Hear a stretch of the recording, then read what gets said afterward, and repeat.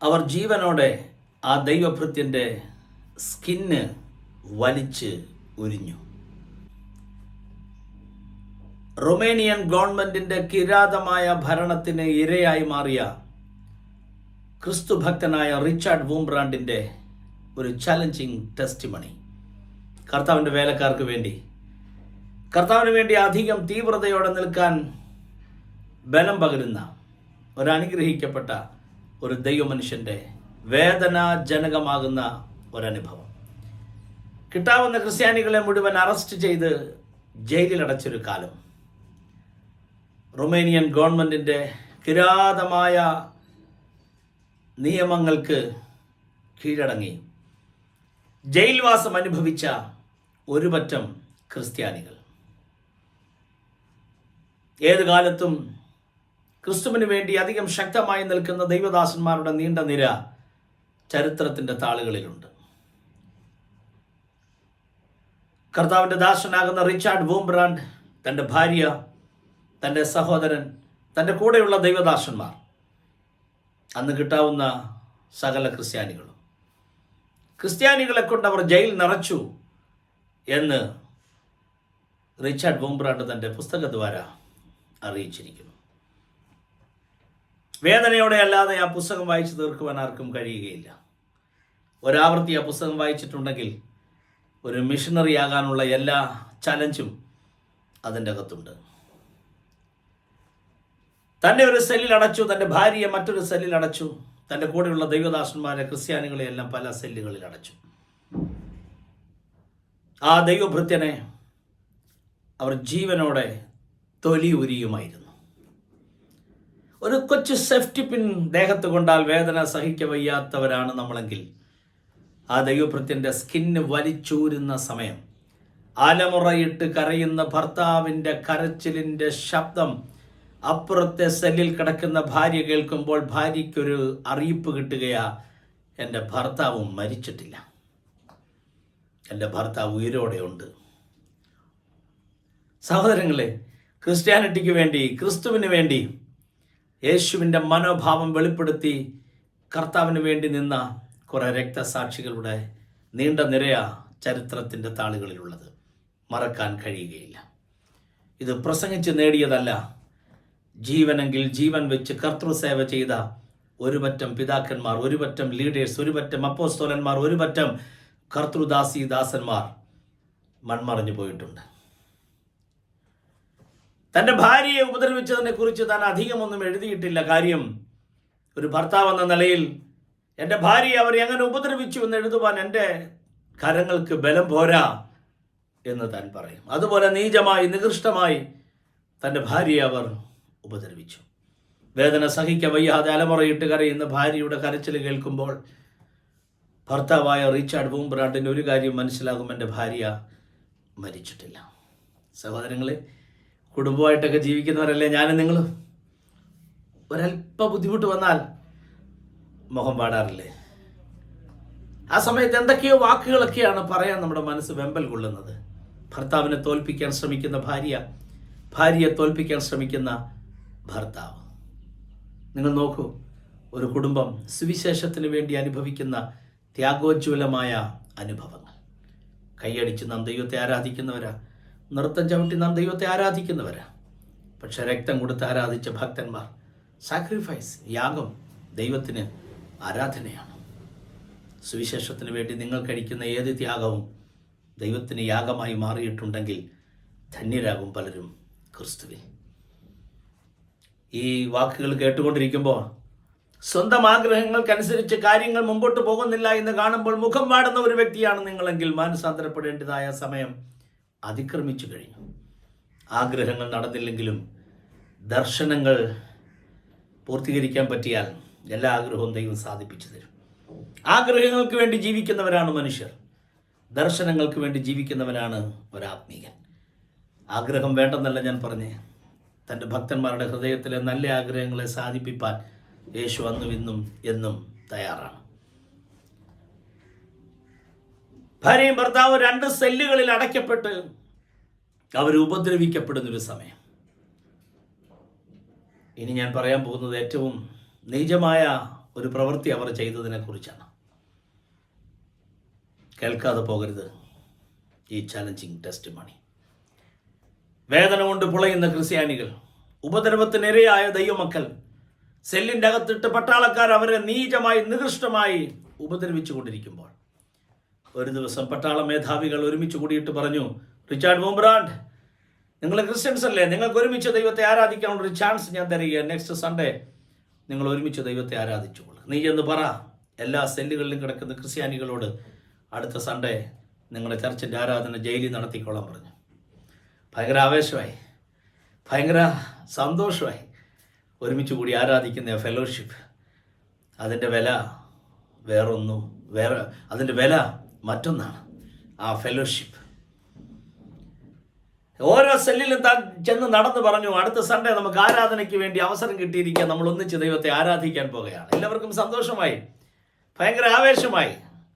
അടുത്ത സൺഡേ ആരാധനയ്ക്ക് വേണ്ടി എല്ലാവരെയും കൂടി ഒരു സ്ഥലത്ത് ഒരുമിച്ച് കൂട്ടാൻ വേണ്ടി റിച്ചാർഡ് വൂംബ്രാൻഡും തൻ്റെ സഹോദരനും തൻ്റെ കൂടെയുള്ള ദൈവദാസന്മാർ, സഭാ ശുശ്രൂഷകന്മാർ ഒരുമിച്ച് കൂടിയപ്പോൾ അവർ അതിശയിച്ചു പോയി. പട്ടാള മേധാവികൾ പറഞ്ഞു, ഹോളി കമ്മ്യൂണിയൻ കൂടി നടത്തിക്കൊള്ളാൻ പറഞ്ഞു. അങ്ങനെ റിച്ചാർഡ് വൂംബ്രാൻഡിനും കുടുംബത്തിനും ദൈവദാസന്മാർക്കും എല്ലാം ഭയങ്കര ആവേശമായി.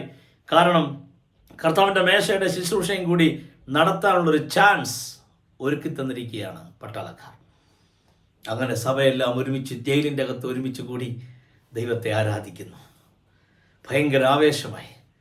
ആട്ടിക്കൊണ്ട് വേദനിച്ച ദൈവമക്കൾ ഒന്നിച്ച് ചേർന്ന് റുമേനിയൻ തടവറയ്ക്കകത്ത് കിടന്നുകൊണ്ട് ദൈവത്തെ പാടി പാടി സ്തുതിക്കുകയാണ്.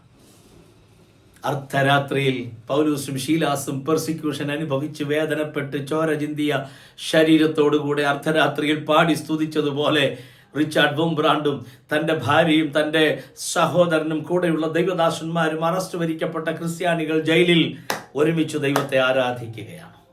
കണ്ണുനീരിൽ കുതിർന്ന ആരാധനയുടെ അവസാനം താൻ പറഞ്ഞു, ഹോളി കമ്മ്യൂണിയൻ ഉണ്ട്, നമ്മൾ ഒരുമിച്ച് യേശുവിൻ്റെ ശരീരത്തിൻ്റെ കഷ്ടാനുഭവങ്ങൾ ധ്യാനിക്കാൻ പോകുകയാണ്.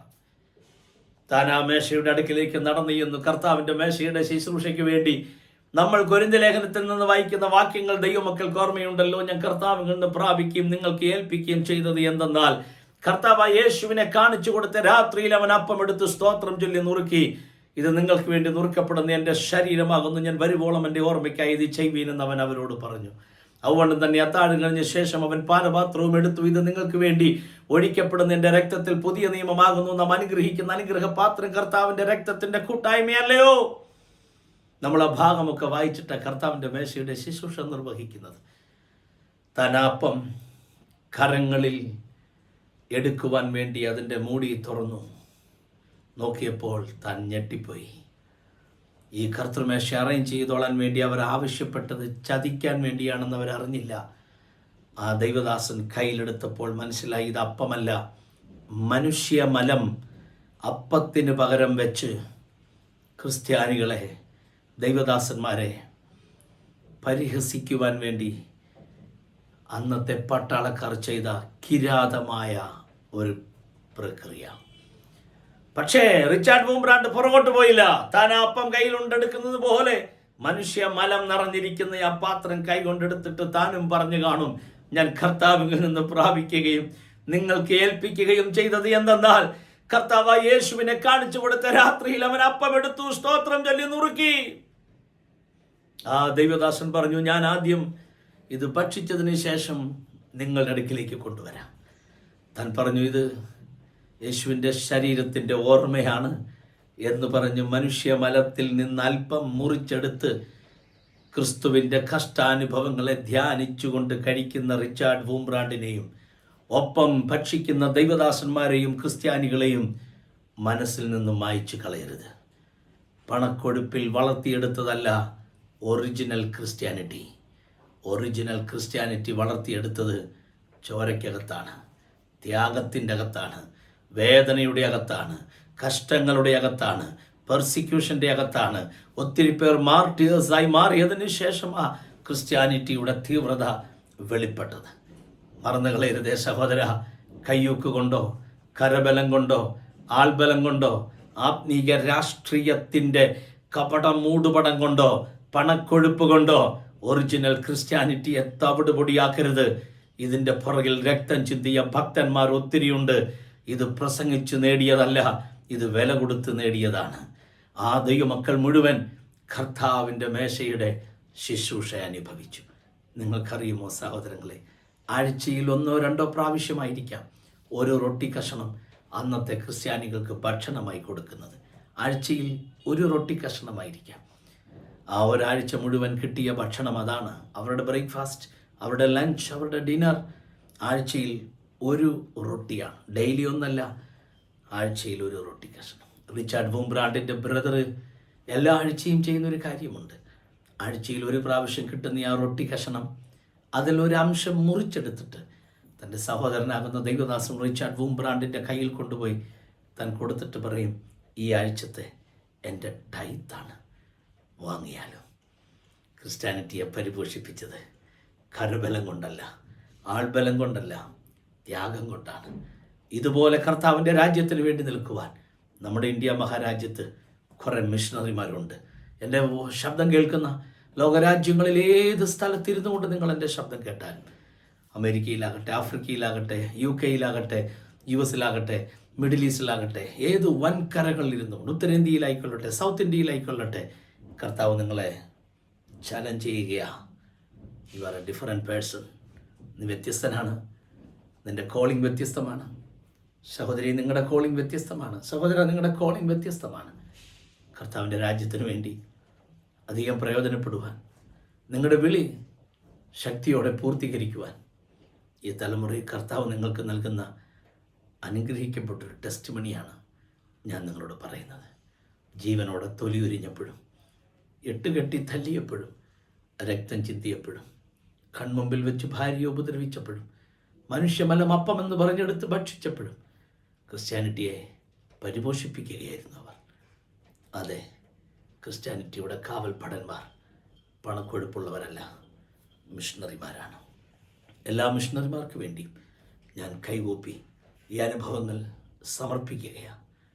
I have decided to follow Jesus, not turning back and not turning back. Surrender ചെയ്യാം, കർത്താവിനോട് ഒരു ഉടമ്പടിയും കൂടി ചെയ്യാം, മൂവ് ചെയ്യാം.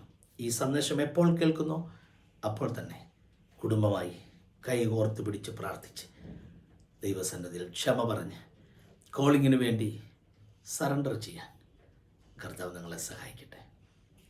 May God bless you. Shalom.